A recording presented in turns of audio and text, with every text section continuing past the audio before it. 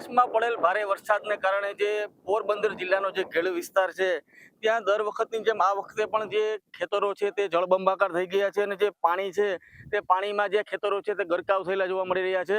ખાસ કરીને જે ભાદર સહિતના જે પાણી છે તે દર વર્ષે આ જે વિસ્તાર છે ત્યાં આવતા હોય છે।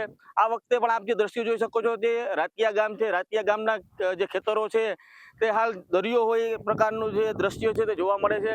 અને એક રીતે જોઈએ તો આ જે પાણી જે ઉપરવાસમાંથી આવે છે તે તેઓના શિયાળુ પાક જ્યારે ચણા સહિતનો પાક કરે છે તેના માટે ફાયદાકારક પણ છે, પરંતુ જો વધુ વરસાદ આવે અને વધુ પાણી આવે તો તેઓને જે જમીનનું ધોવાણ છે તે થતું હોય છે, જેના કારણે મોટું નુકસાન છે તે આ ખેડૂતોને થતું હોય છે। પરંતુ હાલ તો ખેડૂતો પણ ખુશ છે જે રીતે વરસાદ થયો છે, પાણી આવ્યું છે, પરંતુ ક્યાંક ને ક્યાંક આ પાણી છે તો જો વધુ આવે તો તેઓને નુકસાન જાય અને તેઓને જે પાક જે છે તેવામાં પણ જે મોટી નુકસાની સહન કરવાની વારો આવે। પરંતુ હાલ તો ખેડ વિસ્તારના ખેડૂતો છે તે ખુશખુશાલ જોવા મળી રહ્યા છે જે રીતનો વરસાદ પડ્યો છે।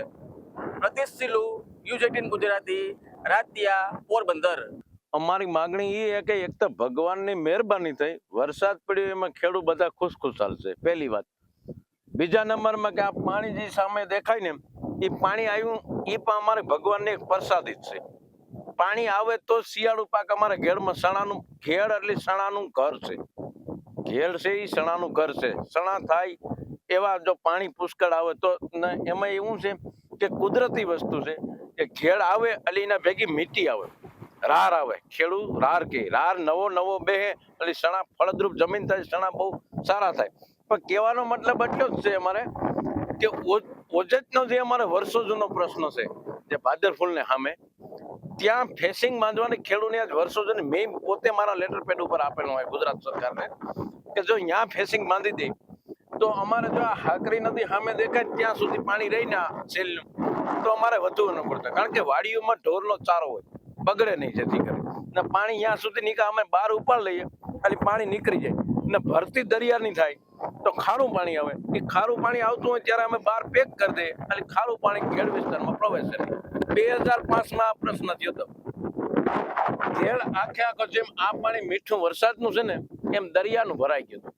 2005નો પ્રશ્ન છે, રેકર્ડ ઉપર હે સરકારના, ટીવીમાં રેકર્ડ ઉપર હે। અમારે પાણી વરસાદ બહુ સારા થયું, એમાં કોઈ જાતથી અમને વાંધો નથી, એ અમને કોઈ નુકસાન નથી।